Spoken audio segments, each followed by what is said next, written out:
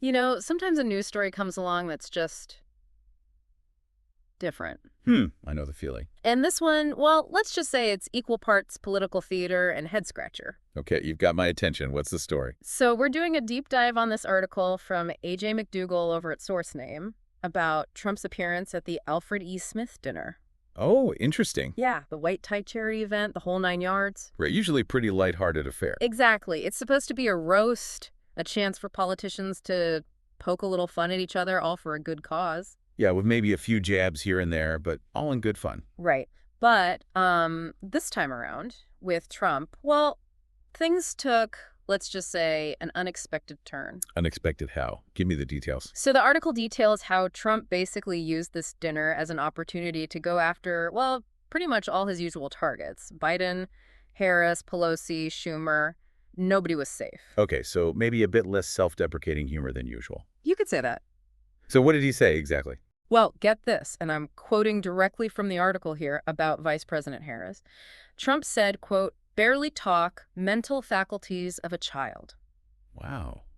Okay, not exactly your typical dinner roast material. Yeah, not exactly lighthearted banter, right? Not at all. Did he target anyone else? Oh, yeah, he didn't stop there. He also said, and I quote, about Vice President Harris, "when we hopefully win, dispose of her. I'll like her a lot, but right now, I can't stand her." See, now that's interesting to me. What is? Well, he obviously came prepared, right? This wasn't just off-the-cuff remarks. You think so? The article mentions he had prepared remarks. So this dinner, this audience, it was all very deliberate, a stage for something. And the language, it gets even more, well, raw. Like how? At one point, he says, and I quote, "I don't give if this is comedy or not. I mean, you're at a white tie charity dinner hosted by the Archdiocese of New York." I mean, that's pretty bold. It just felt so different from the usual tone of this event. You've got to wonder what was going through Cardinal Dolan's mind up there on that stage. Right. Because the article mentions that they were seated near each other. Oh, really? There's actually a picture of them laughing together. How do you interpret that? I mean, it's hard to say, right, what's really going on beneath the surface. Exactly. And to make things even more confusing, the article mentions that Trump and Schumer were seen chatting cordially after the dinner. See, it's just like, what do you even make of any of it? It's hard to get a read on anyone's true feelings in that kind of setting. It really goes to show you how appearances can be deceiving, especially in the world of politics. For sure. And this dinner, I think it just throws all of that into sharp relief. Absolutely. It's like this microcosm of everything that's going on in our political landscape right now. You know, you see those pictures, you hear these stories, and you can't help but wonder, has it all just become too much? Too much. This polarization, this constant tension, it's like we've forgotten how to function as a society. So are you saying there's no room for humor in politics anymore? That's the million-dollar question, isn't it?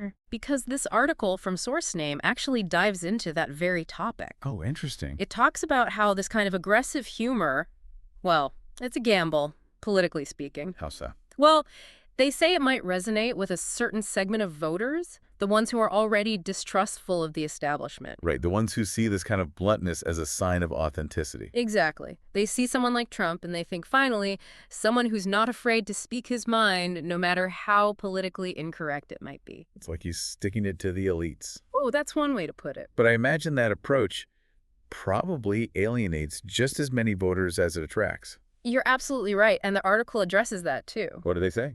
It argues that for moderate voters, this type of rhetoric can be a major turnoff. It's like, okay, we get it. You're not a fan of so-and-so, but do you have to be so aggressive about it? Right, and especially in a setting like this dinner, which is supposed to be about charity and unity. It comes across as tone deaf. So, a high-risk strategy with potentially high rewards. It makes you think about other politicians who've used humor as a tool. Nixon's checker speech comes to mind. Oh, right. That's a classic example. Using humor to try to salvage his career. It's fascinating how different politicians throughout history have tried to walk that line between humor and, well, something else entirely. And with Trump, it's like, is it calculated or is it just him being him? That's the million-dollar question. Like, how much of it is strategic and how much of it is just impulsive? And how will this all play out as we get closer to the election? That's what I'm wondering. So as we head into these final weeks before the election, is this what we can expect? More of these, let's call them unconventional tactics. Well, that's the big question, isn't it? Because it seems like he's walking a very fine line here. Absolutely. He needs to energize his base, no doubt about that. Right, those voters who appreciate his, let's say, straight-talking style. Exactly. But he also can't afford to completely alienate those undecided voters. The ones who might be put off by this kind of approach. Because let's be honest, there are plenty of people out there who see this kind of behavior and think that's just not how a president should act. Yeah, it's not exactly what you'd call presidential.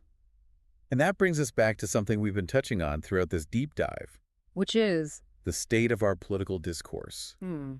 This dinner, these jokes, they're a symptom of a much larger problem. And that problem is? This depolarization, this inability to disagree respectfully. It's like we've lost sight of the fact that we can have different opinions without resorting to personal attacks. Exactly. And I think that's what we're seeing playing out in the reactions to Trump's speech. Right. Some people were laughing, some were horrified. It just amplified the divisions that already existed. Which leads to the big question, where do we go from here? Right. Can we ever go back to a place of civil discourse? Or are we stuck in this cycle of outrage and division? Tough questions, no easy answers. But that's the thing about these deep dives, isn't it?